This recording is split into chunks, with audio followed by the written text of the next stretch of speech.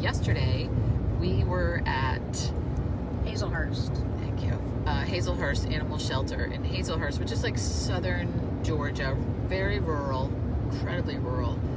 And we were invited there by a nonprofit called Voices of Hazlehurst Animal Shelter, and they are comprised of a group of volunteers who have been volunteering at this shelter for 2 decades, because the shelter, it's a city shelter, has never had full-time trained animal control officers or anything like that. In fact, they don't have, for the last 2 decades, the volunteers have done all the animal care and cleaning on the weekends, because otherwise nothing would happen. And we've seen that in a couple other places where that's true, and holidays and other times when they couldn't come in. They've basically been doing the job for the shelter. They have been the ones getting all the rescues. 85% of the animals go out through rescue. So because of these volunteers, this little municipal shelter has been pretty much saving all the animals through rescue, adoptions, and reclaims that have come in their door. Now it's little, so they only handle between 100 and 150 dogs a year, and no cats.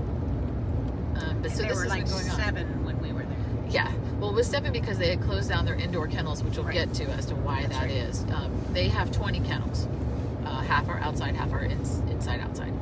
And they, these volunteers who've been doing it for 20 years have kind of were getting tired. They were just, getting older, they've done it enough, finding it harder and harder to do.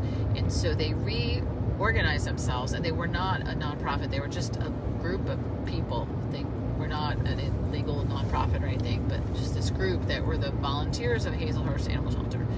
So last May, they organized themselves as a formal 501c3 nonprofit called Voices of Hazlehurst Animal Shelter. And they started going to the city council meetings.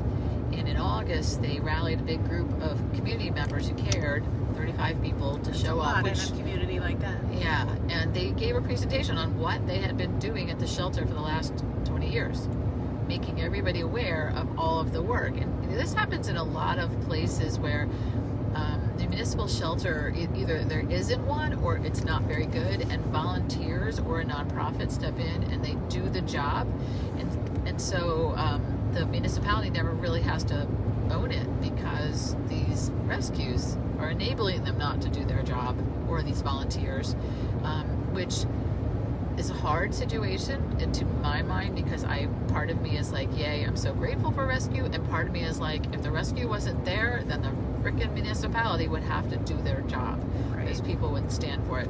Right, as long as someone else is doing it, they're okay with not doing it. It's not a problem. So anyway, they attended this meeting in August and gave a presentation on the situation, and remarkably, and this is huge kudos to this community and to the government of this community, they said, oh, well, we're going to hire a full-time trained animal control officer and assign 2 city employees to work there. So the other thing that they have been working on, so this group has continued to go to the city council meetings, continue to be the voices of Hazlehurst Animal Shelter animals, and so they are clarifying all their ordinances, getting their ordinances in order so that their new animal control officer can knows what to enforce. It's very hard to enforce an ordinance if it's not clear as to what it means to tether a dog, leash laws. There's a lot of stuff. So it's really exciting to see this happening on this very small scale in this little tiny community. Yeah, it's definitely in progress. It feels like it's the steps between being a pound and being a super legit functioning shelter, and they're working towards that in amazing ways. And to get their community on board and to show up for stuff, these are voters, and the council is listening to them, and that's really encouraging to hear. Yeah, especially in a little rural, not wealthy area, because people say a lot of times this can't happen. We can't afford animal control because people can't even afford to live there. But that's, animal services is a public service that every municipality should have. Yeah, like you said, they all get garbage collection and other public services, so animal services has to be just a guaranteed service. Yeah, it should be there. And so these people had been providing it, and they're going to continue. The volunteers are not going away. They foster, they're still going to do rescue. But the cool thing is now the shelter could have public hours because they have staff. Now they can do so much more. And Officer Brown, who is the new animal control officer in charge of the shelter, is really motivated. He's motivated, first of all, to clean it up. And so he immediately closed the interior kennels because they were crumbling, they were awful. They've had multiple outbreaks of parvo, and it can't be sanitized because it's all this crumbling concrete. And so he has started the process of cleaning all of that up, and is working on, he wants to epoxy the place, doesn't have the funds yet, but wants to epoxy the floor and the walls of these kennels so that they can be disinfected. And he also wants to make some changes to the outside kennels to make them more secure and safe for the animals. He has a ton of plans. He wants to, they've never had their records computerized. They've always been in notebooks, handwritten. And he would like to computerize them. I mean, he'd like to get into the libraries and talk to kids. He's really motivated and enthusiastic. He feels ready to go. He wants to bring it forward even more.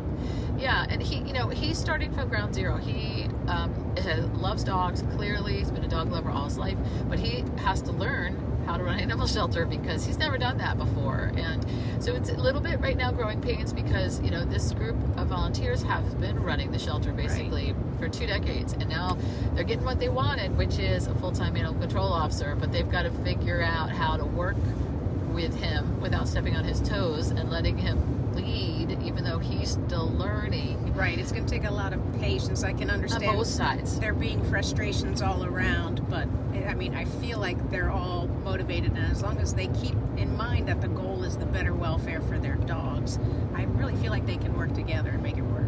Yeah, it's really exciting. I wish somebody could come do a documentary. Yeah. Here's how you take your pound from a pound to a community, to a shelter. So but this happened because of the community. Now we keep hitting that note hard. That's how we fix the problem, is the community. The only way we're ever fixing the shelter crisis is at the local level, in where it is, where each shelter is. The community's got to be engaged. They've got to own it. They've got to demand that their municipality fund it, and they've got to just be a part of that process, and however that looks. And I know funding is the big challenge for a lot of places, but you can just look to like New England, where dog licensing laws have helped them to fund the basics, at least the building, the salaries, the animal control trucks, those kinds of things. If you require a license and you tie that to rabies certification process, it's easy. It's not hard. In fact, there's a bunch of companies out there that offer software that do it, which I didn't know that until I was doing some research for our book. Yeah, and I mean, this is a rural community like so many others that we visited that are struggling to connect with their community, and this group has made that happen. It's really encouraging to see it's possible. Yeah, super excited. Really, really huge kudos to the voices of Hazlehurst Animal Shelter and bringing this change, and the community of Hazlehurst, and really the municipal government of Hazlehurst. It's super for recognizing cool. that's part of the thing that needs to happen. That's amazing. That's what has to be. Yeah, so we posted about it on Facebook, and I put 2 things there if you would like to support them. The Voices of Hazlehurst Animal Shelter have an Amazon wish list. Officer Brown is going to be hoping to create a Facebook page, which hopefully you can follow, about it, because right now the shelter doesn't have its own Facebook page, just the Voices of Hazlehurst Animal Shelter. He's going to do that. So look for that, because supporting this movement is important, and we feel so strongly about it that we are going to offer them an Insta grant to help them finish that interior so they can reopen those kennels so that they are able to take in more animals. Oh, and just to touch on really quick, this is a city shelter, and because it's the city, and down here cities are not what I think of as cities, but whatever. The city shelter will only take owner surrenders from city residents. They are a true open intake shelter, but the county surrounding them has no animal services, no animal control, and they can't take county dogs. So everybody knows where this is going. Yeah. So the dogs end up dumped. So that day, so the shelter is this little teeny tiny pink building in the back of what looks like a water treatment plant. That's city property. And currently there's a mama dog and 5 puppies running around on the front of the property, and that Officer Brown's trying to catch. And I'm sure they weren't born there. Yeah. So it's, that's what happens when you have no option, when the county residents have no one to turn to for help with their animals. They end up dumping them. So Hazlehurst, Georgia is doing awesome. We're really excited. I hope other people are following their story and will encourage them and take inspiration from it. So if you do not have municipal animal services where you are, I would reach out to Janet, the director of Voices of Hazlehurst, and talk to her about what they did and how they did it, because it's important, and including those people who live in the county that surrounds Hazlehurst, it would be really smart to create animal services there. And the smartest thing would be to try to partner with the city of Hazlehurst and maybe create a city county shelter together. That would make a lot of sense. But the dogs. Baby steps. Let's first get the city shelter up and running. Yeah. But it's exciting stuff happening in Hazlehurst. Yeah, it's great to see the progress.